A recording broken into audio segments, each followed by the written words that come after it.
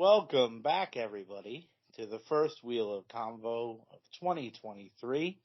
We hope your holidays were festive, merry, and bright. Back from our hiatus, this is Corey. This is Joe. You're listening to the Wheel of Convo. And tonight, we will be talking about a subject near and dear to both our hearts, cartoons and comics. It's a subject that I have a plethora of knowledge on, absolute plethora.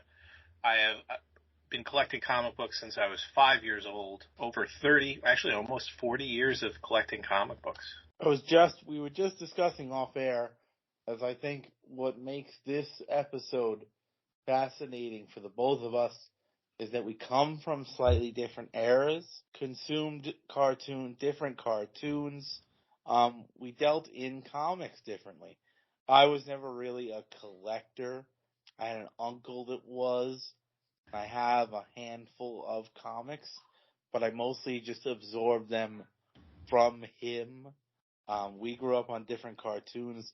So it's funny because it's funny how media changed even over the course of, the 10 to 12 years that is our age gap. No, but it was a fine time, I think, for both of us. Especially, it's one of the things we do on this show is we usually look fondly back on childhood memories, and what more of a fonder childhood memory than sitting down watching your favorite cartoon show. Those are great. And it's funny because people equate it with Saturday morning cartoons is the thing that gets equated. It's funny, I remember Snick in the 90s, which was the Saturday night Nickelodeon lineup. That wasn't all cartoons.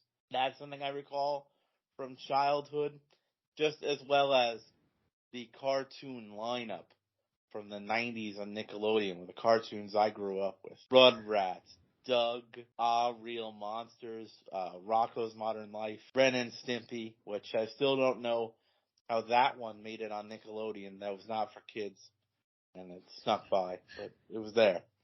That was a glorious show. Oh, Ren and Stimpy is fantastic.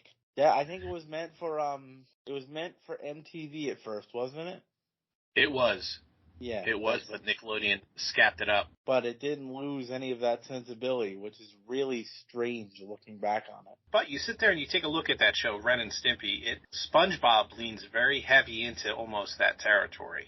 That's because, and some people, it's not as much of common knowledge as it is with Ren and Stimpy, but SpongeBob was actually the same thing. That was meant for MTV. That I did not know. Yes. SpongeBob was originally created for MTV. And if you have that knowledge going in, you can see a clear difference between its earlier episodes and the later it goes on. It orients itself more to kids the later it goes on. But that's another one, to be honest. Even though SpongeBob premiered when I was a teenager, I've seen every episode of SpongeBob, and I say that without shame. And that's the one thing, though, too. It's like cross-generational, too, because my kids grew up watching SpongeBob, and every once in a while they'll sit there and they'll watch it again. But they lean heavily more towards the ones that they grew up with. SpongeBob is the first 6 or 7 seasons. Like, I can watch those episodes now if I pass them on TV and be entertained. And this is, I guess, the case with a lot of cartoons that have staying power. And to be honest, shows that have staying power. The plots get more outlandish, right? More fantastical in nature. But it's funny because even though it was a cartoon, to me, part of what makes the early SpongeBob so good is how relatable the characters are. Which is almost weird to say for a cartoon, but I think it's true. And the reason that those later ones don't work as well is because the characters are almost caricatures of themselves, if that makes any sense at a certain point. Oh, yeah, that makes perfect sense. But, you can't say cartoons without saying the granddaddy of them all. It would have to be The Simpsons. Oh, yeah, obviously that's the creme de la creme. And I remember, growing up for me, right, The Simpsons is probably what people consider its peak. Happened from when I was like 5 or 6 when I was like 11 or 12. And my mom was one of those people who wouldn't let us watch The Simpsons because she didn't think it was for kids. I'm not saying she was wrong. I am saying I saw plenty of episodes because of my dad, however. That was a thing that happened. But that's kind of like, we're just talking about cartoons we love, but like the impact that had. Like, it's weird because what The Simpsons really is a animated sitcom, right? Yeah.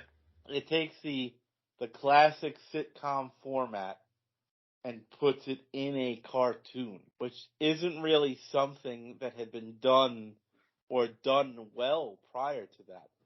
The Simpsons created an entire genre, basically. And there have been 1,000 shows that tried to do what they accomplished. Just like South Park, and then you had Family Guy.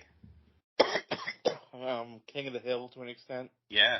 So King of the Hill is a fascinating one because they very much humanize their characters almost all the way through. Their characters are extremely realistic in nature. You know, you sit there and you take a look at South Park, how every episode in a new season always had a relevant topic that was in the news or being buzzed about in popular culture. They would always sit there and show people how ridiculous it was.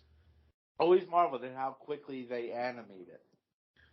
I mean, I guess the kind of choppy style helped, but like, if it was in the news, you could guarantee that South Park was addressing it within weeks. Yeah. What was it? One of the election episodes where it was between a douchebag and a turd sandwich. That was probably one of my favorite ones. Don't you know? It's always between a douchebag and a turd sandwich. As we've discussed many times on this podcast, actually. Just how far cartoons have come, too, as we are discussing more current ones. You think about the beginnings of cartoons, there were just like shorts for kids or little things for kids, Bugs Bunny and your Looney Tunes and stuff like that. And now, the fact that we can use cartoons and animation to tell any story, really. Especially when I grew up, it was a major vehicle for all of the toy companies to sell their products. Sure. And, you know, from Transformers to GoBots to, you know, you name it, it had a TV show on it. He-Man and the Masters of the Universe. That was my oldest brother. That was his all-time favorite. And he will still accept any manner of He-Man themed gifts around Christmas time or his birthday. He just loves He-Man. But no little He-Man. But yeah, G.I. Joe. Oh, yeah. All that stuff. Talk about resurging a brand. Happened in the 1950s. Had the G.I. Joe with the Kung Fu grip. There was a doll that was the boy equivalent of Barbie, and they revolutionized the toy world by making them 3 3/4 figures. And it's funny to think about. Like, it seems so ubiquitous now, but like using cartoons to give the toy life, right? Mm-hmm. Now you could give it a personality. You could on adventures, and then you could have kids want to recreate the same things with their imagination. So it's incredible to me that it took as long as it did for toy companies to realize that the media opportunities, and then vice versa. You see plenty of vice versa too, where anything that gets popular in media has a toy line, right? Han Solo not dying in the original Star Wars trilogy to sell more toys, right? That kind of thing. Yeah, because they can sit there and make like 15 different variants of them for Return of the Jedi. Exactly. I mean, I love how far cartoons have come. I still love, I'll watch your Family Guy and your Simpsons, but it's just great now, though, that even companies like Pixar, I know we're talking about animated movies, but it's still in the same vein, how they're not afraid to use animation to tell any story at all. And just to think about how far that's come in just the span of even 30, 40 years.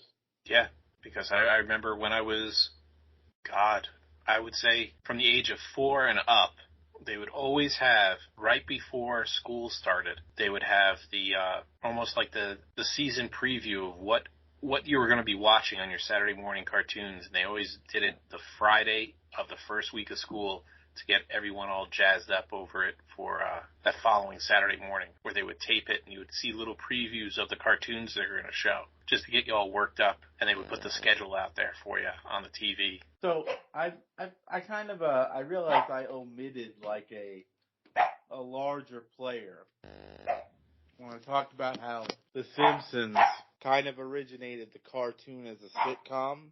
Mm-hmm. It's not really true. I left out the Flintstones, didn't I? Oh, the Flintstones. You had the Jetsons. You had a wide range of them. But it's funny because even that, right? Those are, they're before my time, but those are, looked back on fondly, right? Mm-hmm. People love them. My father did. My father was born in the late 50s, so he fondly remembered that. I think the Flintstones started in 1960. But even that, like, there's a little bit of a dead period for animation in between the end of those shows and when something like The Simpsons started. I'm not saying cartoons weren't being made, but that kind of like as an animated series other than a cartoon, because like the Flintstones kind of was an animated sitcom a little bit. It was. And that format kind of died out until The Simpsons brought it back, and now there's a 38,000 carbon copies of it. The Simpsons revived something that was dead. There was just it mainstreamed animation in a way. It made it popular again, and that's the one thing that it was missing. Animation always goes through like these waves where it's either live action. They really go into live action because they're trying to keep up with the demographic. But when you sit there and you always count on a cartoon. Like you can sit there and talk to any person on the street and just take a poll. What is your favorite cartoon? And you would probably get in an hour's conversation talking to at least 60 people. You'd get probably anywhere between 30 to 40 different responses. Yeah, that's because it is such a wide appeal. So many cartoons were made that appeal to various people for all kinds of reasons. Oh yeah. And it's like that's even more so than other media.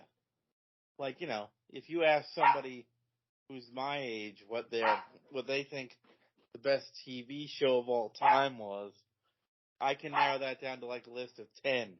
Yeah. That people are probably going to give you. You can't do that with cartoons. And even you should think about even the rise of popularity of anime here in the States, on the stateside too. Mm-hmm. Just, again, using the vessel of cartoons and animation to tell all sorts of different stories. It's great to see it grow, because it's one of my favorite things growing up, and it remains so.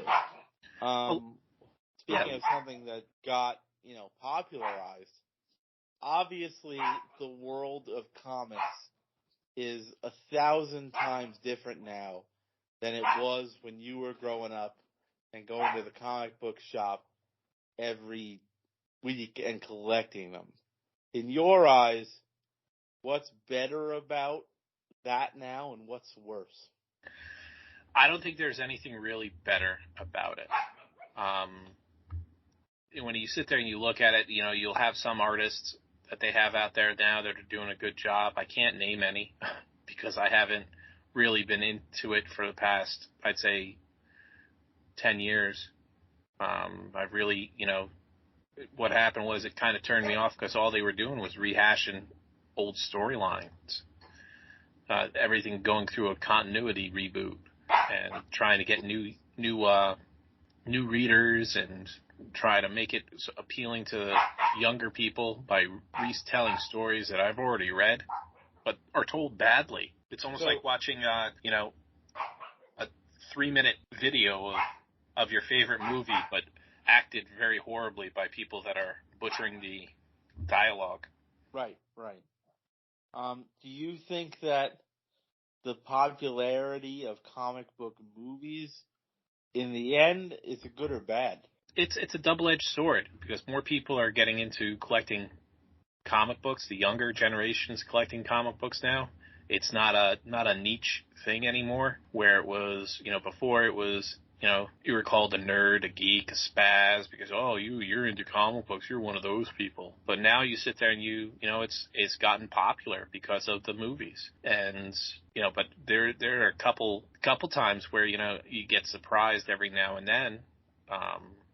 When I got back into it probably real heavy in the 2000s because the stuff they were turning out was just amazing. It was, it was original stories, but you had people that were good at telling the stories about it, and they would sit there and dive deep into these characters and pull out these characters from the 60s and 70s that were absolutely bogus. Like one character was a bad guy called the Calculator, and he basically wore a giant solar calculator as a costume in the early and mid 70s, and he was a Batman villain, but they made him like a computer hacker, so they reinvented him. Okay, but they put him into a different way where it worked in the modern time, and it wasn't some hokey, gimmick. Well, I'm curious. I don't, comics, the paper comics themselves isn't really a thing that I follow or get into. But I've wondered if the popularity sort of doesn't spur that innovation that you're talking about. It's comfortably popular, so there's fewer chances being taken and that kind of thing. But it's mass produced, so. That was one of the things too, where it was the scarcity was when you had a limited run and you only had so many issues. Next thing you know, it made it more sought after by the true collectors and the people that wanted to finish the story, and that was good. It happened the same way with baseball cards in the 80s when baseball card market started exploding, and the next thing you know, you had Don Russ, you had Fleer, you had Upper Deck, you had Topps, you had Bowman. They're all coming out now. You have like 18 different publishers of baseball cards sitting there trying to get in on the action. You still have a Beckett? I still have Beckett. Oh, now they have Beckett Online, and you have to subscribe to it. Oh, to get access of their site. Don Russ is what I collected. But it's fascinating, and there was a lull before the superhero movie craze, before Marvel picked up. There was the Spider-Man movies kind of kicked it into overdrive, but now everything is starting to become more mainstream, so they're just out there right now. They're just out there, and it's, they could basically do whatever they want and it's still going to sell thousands of copies. I'll tell you, and this is coming from somebody who has watched basically every Marvel movie, and I'm going to tell you the thing I don't like as it relates to the comics and thus the original characters. Marvel has a very clear formula that they apply to their movies, which, a lot of franchises do, right? But they have an opportunity, because they have so many different characters, to tell slightly different stories, and they, for the most part, don't. They lean towards the more lighthearted, comic-infused style. And it works. They made it work for a bunch of the characters. But every once in a while, you kind of think to yourself, man, this would work better a different way. And as we've discussed with DC, they did the same thing but flipped it on its head. Origins of the characters be damned. It doesn't matter. So it's just proof that everything's gone formulaic. Well, they homogenize it. They sit there and try to make it work for everybody, and everybody needs to like it, and everybody needs to do this. But that's, doing that though takes something away from the film itself, because then you have, you get people that sit there and are getting disinterested in the stuff because, what, I've seen it before. I've seen this type of movie before. Where did I see it? I understand they want to be more interconnected. but Right, it's like, just don't, like, I get that tone that Marvel tries to strike. Mhm. Guardians of the Galaxy was the perfect movie for that tone, right? Yeah. It's probably the best example of the thing they've tried to do with all their characters. But then, because that works, you try to make Thor that too? Like, that's weird. Like, that's not who Thor is. Like, it's just odd. And Like- it would, like, we're not that far away from just having, like, one director be like, okay, the tone of this should be different. They did have that, I guess, once. They let Sam Raimi do his thing with Doctor Strange. But, even that, the first Doctor Strange movie was trying to fit him within the same template. The second one, they let Sam Raimi go nuts, which I do appreciate. And the second one, it was a lot more. I preferred the second one more than the first one. It's for almost Doctor a Strange. horror movie. Yeah. It's almost, which is saying something given everything that they constructed. It's almost a horror movie. But, I mean, I think we're looking at, like, I love that comics have gained in popularity because of the movies. It allows you, and the beautiful thing about comics is the range of stories using the characters as a base you're allowed to tell. I just wish we saw a little more of that range out of both companies, to be honest with you. It's getting very stale. Yeah. And it's like I remember when when it went through its really most popular phase, I was like, oh, this is gonna be just like anything else as far as movies go. It's more of a phase. Kind of like 3D movies were a phase. Or over-the-top action movies in the 90s were a phase, right? But this isn't really a phase. When you go on 20 years, what do you call it? Yeah. It's not a phase. They just print money now. And that's the thing. Anything with their logo is printing money. But the thing is that they're sitting there saying that if anything has that movie logo where it has the Marvel Studios logo on it, automatically $1 billion. And that's the bad way of doing it. Yeah. Because then what happens is you start dumbing down everything, and everything just starts getting repetitive, and that's where people start getting lost. Yeah, and I know that you are a fan of, more than anything, you're more of a DC fan than a Marvel fan. And bringing in James Gunn to correct Zack Snyder's mistakes. Yes, we can have a 3-hour podcast on those later if you want. But even that, you feel like that's going to yield the same tone. Like, the Marvel Cinematic Universe is a great idea, but now I feel like it also became the characters have to behave the same way within it, which is really odd. Yeah. Like, you can connect the movies and diversify the characters. You can do that. But that's the one thing that they don't know how to do in DC, which is a shame, because DC, growing up collecting comic books, I collected both DC and Marvel. And, it was Superman's my man. You'll always be my man. Big Green Lantern fan. My older brother basically collected Batman. He was Batman fan. And, it was, they were well-written stories. And they were very cohesive. And they were very, character-driven. But those characters, when they came together, were still the same characters they were inside their own books. But the movies aren't like that. And one of the big things is that they're holding on to the past with how movies were made. Warner Brothers has always done that, where it needs to, it can only happen in one universe. There's one person, only one superhero is allowed in that world, and that's that superhero that we have on the screen, because no one else is important but that one.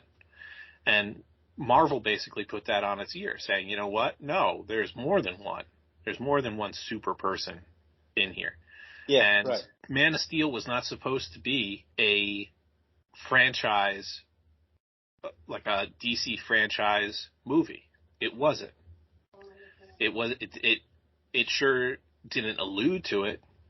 They did have little Easter eggs in it with, Wayne Tech's satellite and everything like that, but it wasn't supposed to be a franchise movie. It was never billed that way. And a lot of that stuff that they added was all post-production. You take a look at... and we've discussed Snyder at length on the podcast. But the thing is, those two characters are probably the easiest characters to illustrate what we've been bouncing around. Like, Superman is they basically, what they did was they wrote a Batman movie for Superman.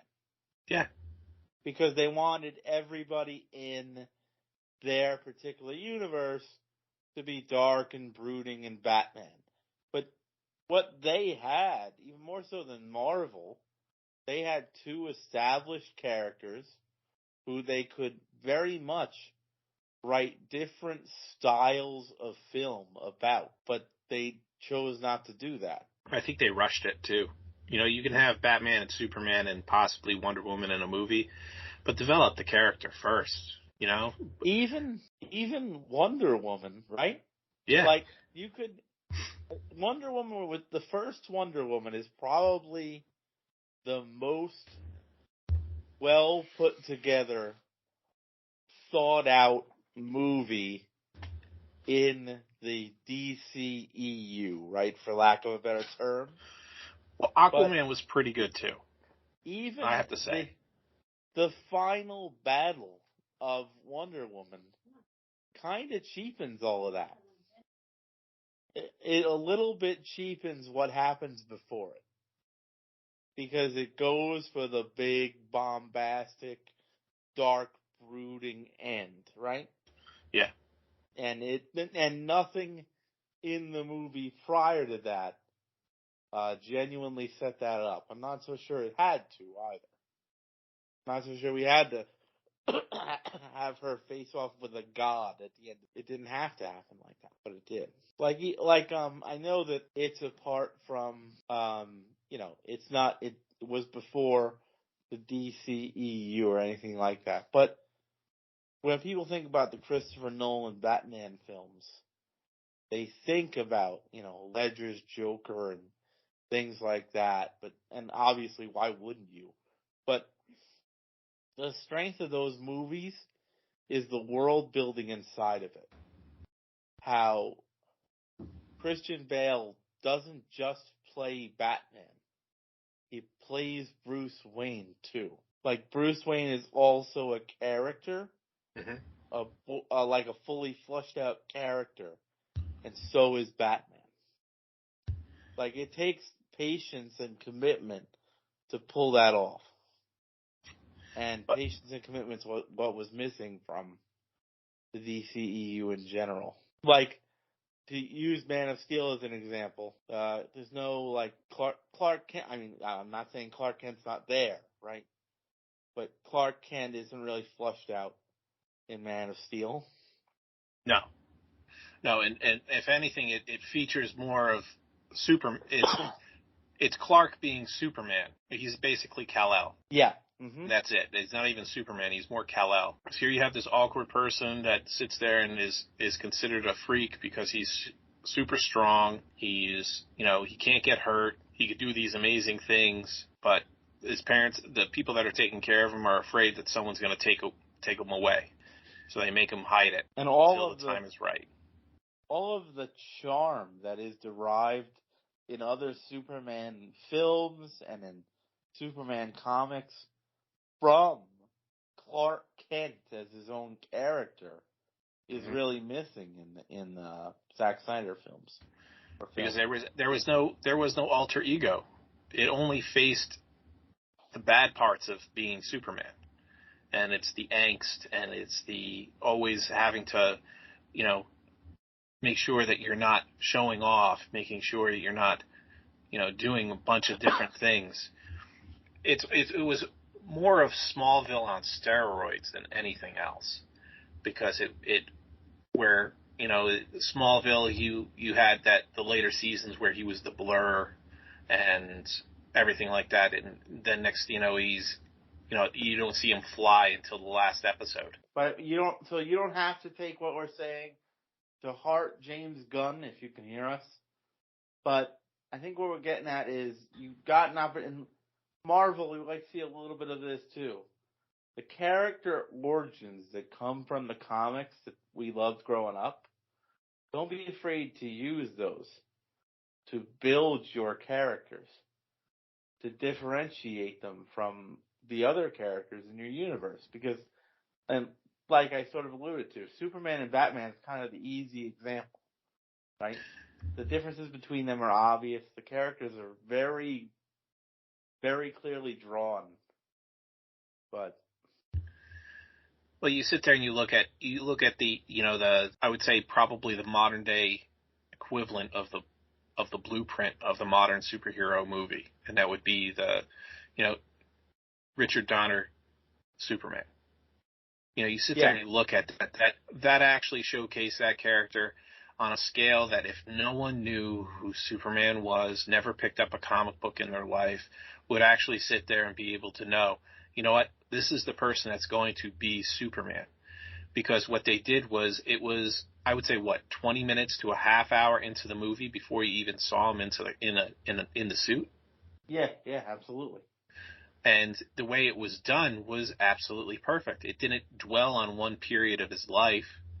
It just showed you the different parts of his life that led him to that. Him crash landing on the planet. Next, when he was a teenager, him having the conversation with Pa Kent, that leads to his heart attack and he dies, and the next he finds out who he truly is. Stuff like that. That is, it built up, and it not Pa Kent dying in a goddamn tornado. We've talked about that multiple times. That's the problem with the movie, because and he dies of a heart attack in Smallville too, and they play it well. But the whole point of him dying of a heart attack in the comics and in any media where it did happen is that it shows Clark / Superman that no matter how powerful he is, he can't control everything. So and that's having him die in a manner in which Clark could have controlled that outcome sort of betrays the character growth that's supposed to come from his death. It cheapens the death. There was no lesson learned. Yeah. And, it still shows that, life is precious, but that's a blueprint. Honestly though, the modern superhero blueprint, probably the first Iron Man, because that's almost a case where a lot of what we're talking about actually kind of gets turned on its head, and it works anyway.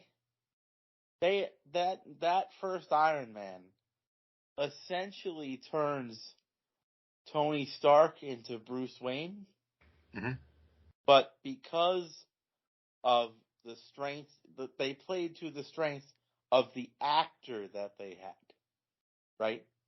They had Robert Downey Jr. and they knew he could kind of do that smarmy, a little bit sarcastic, like very confident rich guy bit, right? So it worked. But that does do a good job of establishing the character outside of the suit. That movie does a great job of that. More so than even some other Marvel movies do. That's probably why it was a huge...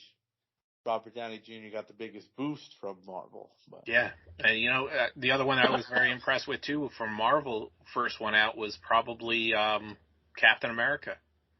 That was an excellent origin story. And because that very much that one kind of held to the comic roots. Yeah. More than anything. Iron Man doesn't particularly do that. They made that choice, though, with Cap, which was nice, and it worked out well.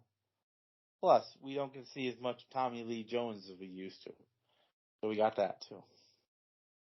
But, so they're like, and that's the thing, because I guess Iron Man goes against what we were saying. But like, hold true to the origins of your characters, or give us one. Because the problem is that some of these movies don't. Like, Iron Man didn't particularly hold true to what we know that character in the comics to be. But they made it work. Problem with some of these movies that we're referencing is we're not really given an origin, are we? No, it's almost, here you go. You didn't see us make the egg, but here's the you didn't see us bake the cake, but here's the cake. Just eat it.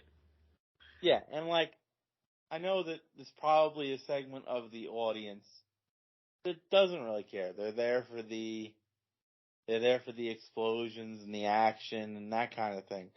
But what makes a franchise successful is characters that people can resonate with. And there's not really much. And that's what made, out of all the Marvel movies, the one I would have to say that was probably, in my opinion, the best one was Infinity War. And the whole reason why it was a culmination of everything that was going on. And two, it was the main, you had Iron Man, Cap, all of them, but they were almost supporting players. The main person was Thanos in that movie. You followed Thanos around. He was the main character, and that actually worked for me because it made the story more feasible, because you were going from his perspective instead of all of the different superheroes and going from one to the other to the other to the other. So there are two things at play there that I think work really well. One, you have those supporting players you're talking about are characters that the audience already cares about. Mm-hmm. So that's good, because you've established a scenario where they care about the characters involved. And I think this is what you're alluding to with what you just said. Not only is Thanos the main character, they don't paint him with a broad brush. No. He's not the villain archetype that is in most of the movies, which was refreshing. His plan, I'm not saying that you root for him, right? But you get it. You get it. His plan makes sense. You could almost say it will do some good, believe it or not. Like, they justify his actions, which is not something that a lot of, movies in general, but especially comic book movies, take the time to do for the most part. You could almost argue his plan's justified. Almost. Going back to the cartoons one, I would be, since we're talking about cartoons and comics, and there's one person that, passed away recently that was the voice of Batman, not only in the animated series, but, Batman Beyond is the old Bruce Wayne. He did all of the Justice League Unlimiteds, which were amazing. Kevin Conroy, he passed away. He did my experience with him comes from the Batman Arkham video games, mm-hmm. which were a better piece of media than they had any right to be. And if anyone has seen the CW Crisis on Infinite Earths, he was actually Bruce Wayne in that one of the episodes, and he played Batman awesome. And it's amazing, even so, like just what voice work can do for a character too, because to me, actually, it's not. I guess it's not a cartoon or a comic, but those video games are a great example. And I know he did it in cartoons too. He's great in the video game. You feel like Batman. You're up against Mark Hamill's Joker, and it's all just it's amazing that you feel like they brought characters more to life than something you'd see in a movie. How did they do this in a cartoon or in a video game? With just a voice, how were they able to do that? It's unbelievable. Well, you sit there and you look at it, though, because you grew up on Batman the Animated Series, and those two people were basically the voices of that show, Mark Hamill and Kevin Conroy. And what they did was they merged that into a video game, and that made the experience a lot more familiar to everybody that watched those. So it was almost like you already knew what Batman sounded like. You already knew what the Joker sounded like. It was like, you know what, this is familiar. This is nice. It was almost like a nice little aesthetic thing where you could just sit there and ease you into the game. I know you're not much of a gamer anymore there, dude. Did you get a chance to play those games? I did. I played the first Arkham, and it was really good. It reminded me of Metal Gear Solid. Because the first Arkham is just like, that's the most self-contained of the trio. Mm-hmm. So, but I don't know about you, but I just felt like we were going through a moving comic book. And the little nods to some of the smaller characters, the Scarecrow nightmares in that game are incredible. Like, They are. They did the little characters a lot of justice too. You should probably go back and play the second one, because as a game that's even better if you can somehow get your hands on it. But, was that Arkham City? Yeah. But that's the cool part that I think video games allow for and comics allow for that maybe the movies do not. The chance to flush out smaller characters or introduce new characters and kind of test them out and see where they go and play with it, right? That kind of thing. Like, that's the thing. Like I kind of alluded to before. I wonder if we're missing out on innovation because of popularity. That is one thing, but I would like to know who you think is the most overrated and underrated superhero. Most overrated superhero in terms of like what, power or just like popularity or just what? You have no idea why they're as popular as they are. Aquaman. Aquaman? And it's because you can't call somebody powerful if it's just like, yeah, I'll take care of you as soon as you get in this ocean. As soon as you get in this ocean, we'll have a problem. If you stay away from this ocean, nothing will happen. So it's just weird to me to have somebody like so confined to a very certain piece of land. Like, how powerful can you really be? Yeah. It would be like if I was Vacuum Man, and I had incredible superpowers as long as I was within 20 feet of a vacuum cleaner. Well, that seems pretty solvable if I was a villain. And what do you think your most underrated superhero is? Underrated, and it's funny because it almost feels like it's a rip-off superhero. I guess a little bit is. Moon Knight. Moon Knight. All right. Moon Knight is essentially, if we want to be honest, it's Marvel's Batman is Moon Knight, basically. But he's just great. And, like, especially some of those early comics, the way they're drawn, it's fantastic. The show was pretty good. Better than I thought it would be with Oscar Isaac. And he's just a great character that I wish we could flesh out more. I guess the show is doing that. Also, if you ever happen to play the Zen pinball video games, they had a bunch of Marvel licensed tables. His table was freaking awesome. I'm just saying. What about you, Joe? Give me the same thing. Most overrated Superman? Not Superman. Scratch that. That is the all-time favorite, best one. But the overrated one, I would have to say, would be Wolverine.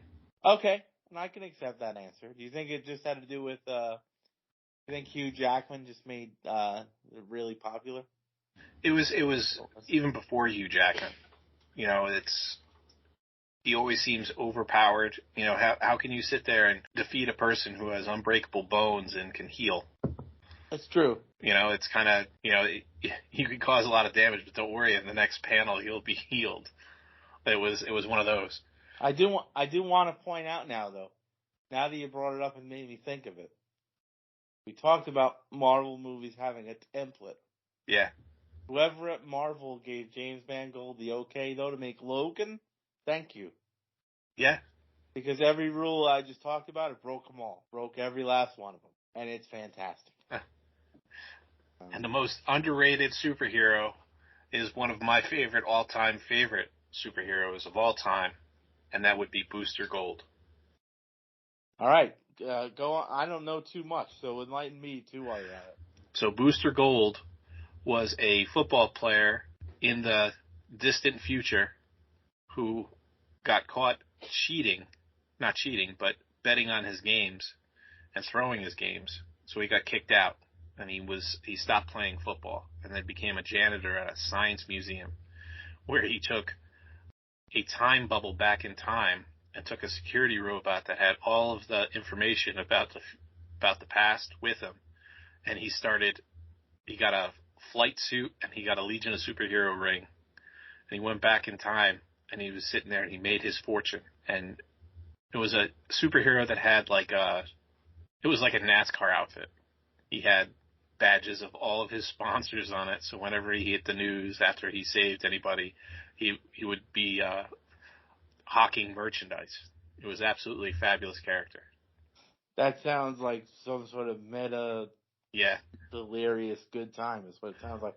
Sounds like they made Biff Tannen into a superhero. Yeah, and the best part about it was in the 2000s when I started picking it up again, they started trying to make him mainstream, and the tagline on his book that they brought back out for him was Booster Gold, the greatest superhero you never heard of, because it fleshed out that he was supposed to give off that persona because this way people didn't think he was actually trying to help people and fix the timeline. Okay, so we need this to happen. This needs to be a movie.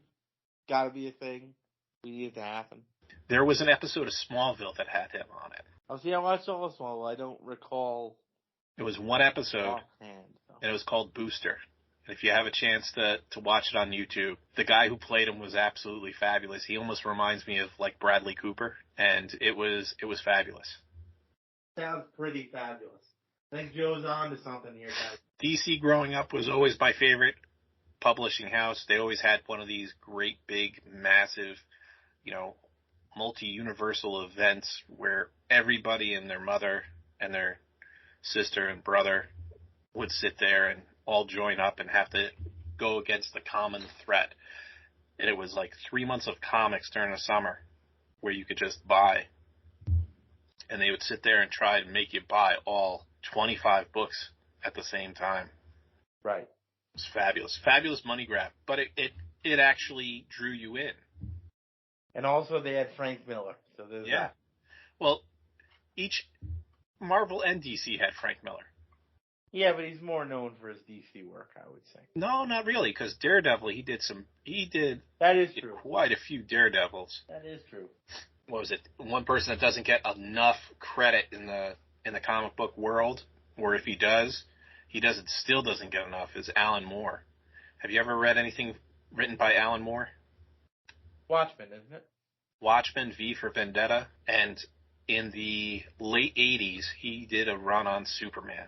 He did one of the last issues before they rebooted it, and he called it Whatever Happened to the Man of Tomorrow, where it showcases the final battle Superman had. Okay. Absolutely epic book. And it turns out, now if I was to say, Corey, who would you think would be the person that Superman would go toe-to-toe with for his final battle? Who would you think it would be? Some sort of superpowered Lex Luthor? No. Well, he's in it. I'm sure he is, obviously. He merged with Brainiac. Yeah, that sounds about right. I think they did that in one of the video games. Yeah. He actually sat there and he used Mr. Mxyzptlk. Yeah, because he can do anything he wants. So and it turned out his true form. He was like this electric being, and he was sitting there and he was going to kill Superman. It was great. Dan, and going back, because I know how much Joe loves Zack Snyder. Watchmen was the only thing that they ever gave to Zack Snyder that perfectly fit what he likes to do. It perfectly fit, but it was missing a lot. It was missing a lot. That was gonna be something that was hard to convey the whole thing. I think even with the stylistic flair, I think that's a great movie. It's something that hopefully made people go read the graphic novel because they should. But Watchmen is pretty fantastic. If Rorschach got his own movie, I'd be okay with it. The one thing, though, that threw me for a loop, and it was absolutely fabulous. Did you watch the HBO miniseries, The Watchmen? It didn't do it for me. But I thought it was great because it wasn't a retelling. It was like after The Watchmen. So that I appreciated. I appreciated that they tried to go a different route, but it didn't work for me. I know it worked for some people. It didn't work for me. I thought it was absolutely fabulous the way that he did that. And kudos for that guy too, because I think it was Darren Lindoff, wasn't it? Yeah, the guy who did The Leftovers. And he basically, when they were asking him, when's the next season of Watchmen? And he goes, I don't know, but I'd like to see it. And they're like, what do you mean you didn't sign up for it? He goes, no, I already told my story. Someone else can take a turn. And that is the great thing about it. And if you look at it, Zack Snyder had his chance with the actual graphic novel, and then he took his chance after. And if another director wants to produce or do something like that and become a showrunner, I would have no problem with that. The whole reason why is because you watched or read all of the other stuff. Now, what would happen after? That's up to you. You have carte blanche to do whatever you want. That is what's missing with a lot of these things. And with comics in general, yeah. We can have different interpretations of these characters, even running concurrently. That's fine. But you sit there and you look at what the CW tried to do with the superhero genre too. It started off with Arrow, then Flash, and then they started loading things up. And now it's like teetering off to obscurity. But, the Flash per season? Man. I'm going to go ahead and just throw out another little sidebar here.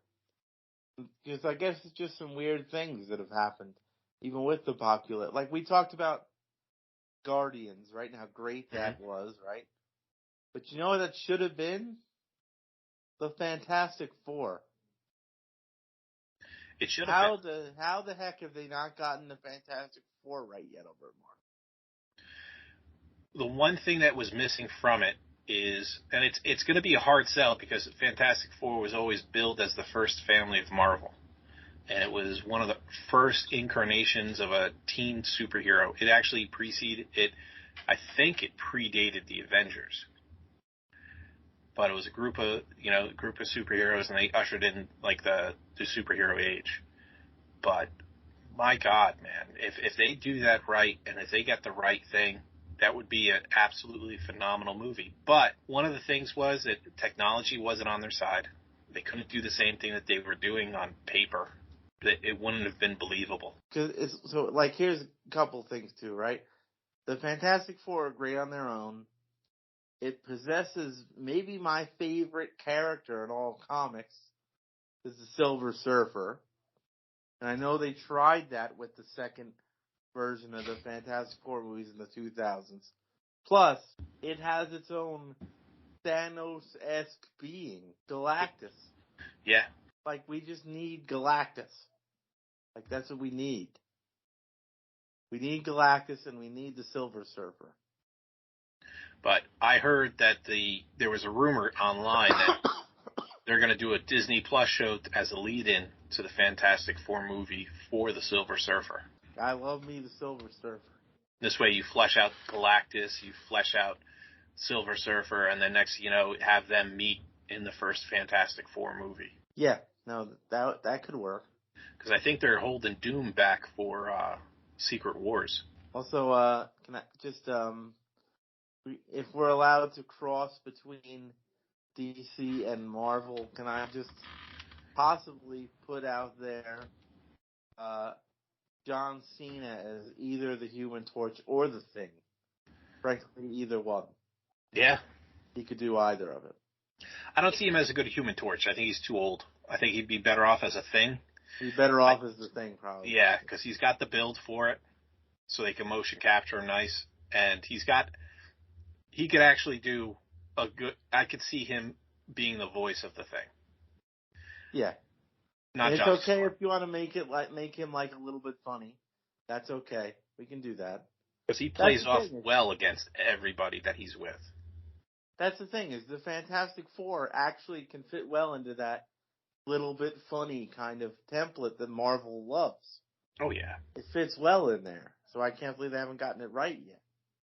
I don't know who to cast in the other roles. I could try to fantasy cast it, but basically I just want to see John Cena in there.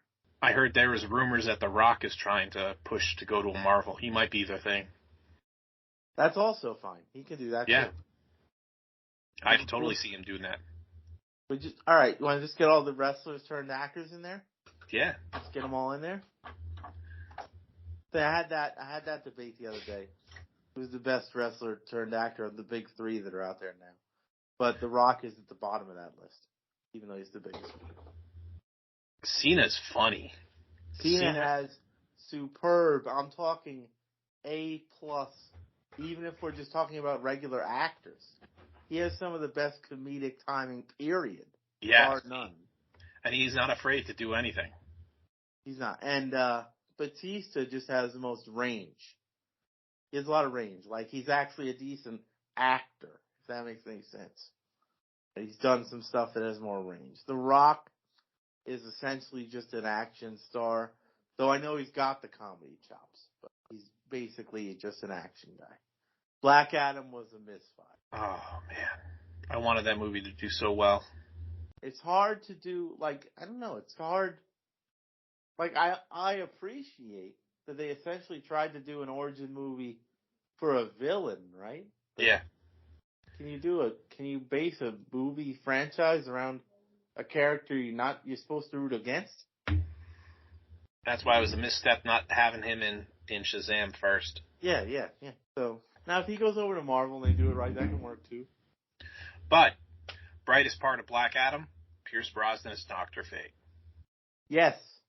I don't care who disagrees with me, but that was the role that he was meant for, besides James Bond in the 90s.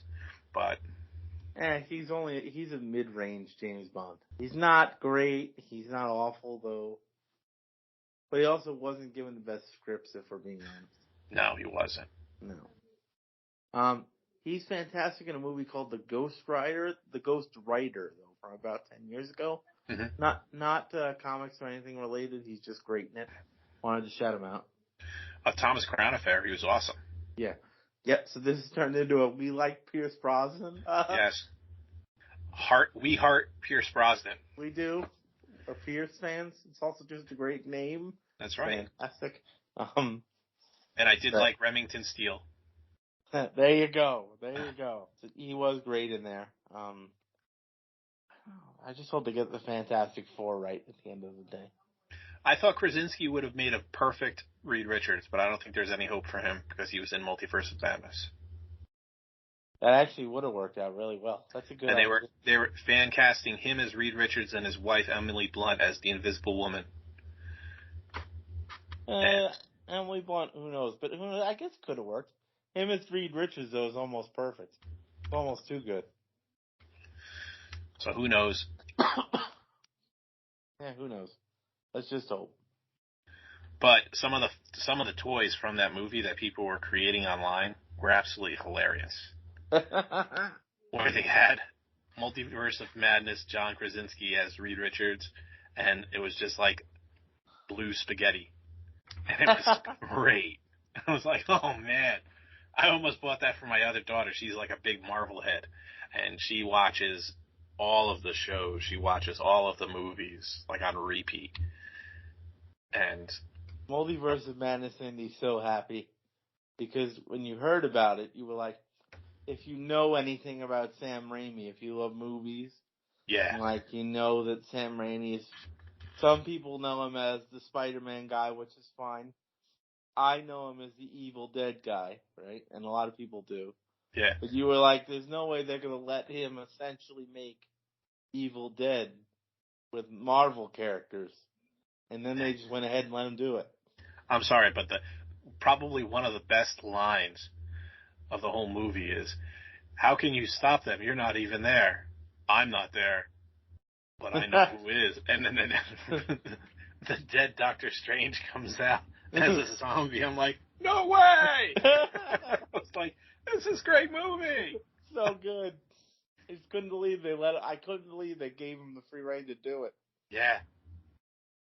It was great, though. God, I'm going to watch that as soon as we end this podcast.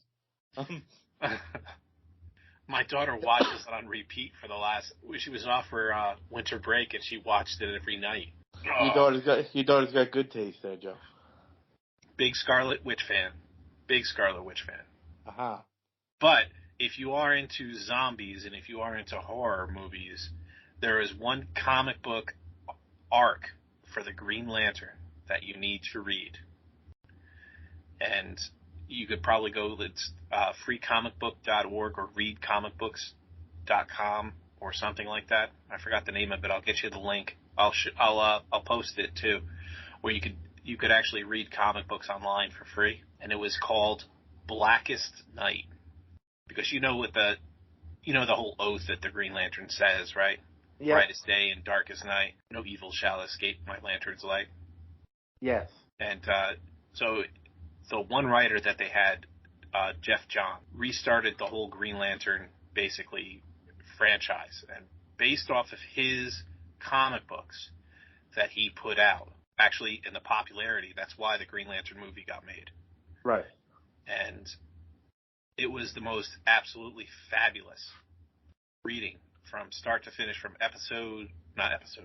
issue 1 of the Green Lantern when they rebooted it, all the way through until probably issue number 50, until he ended his arc, where he basically had the emotional spectrum war, where the emotional spectrum is like the visible light spectrum. Right.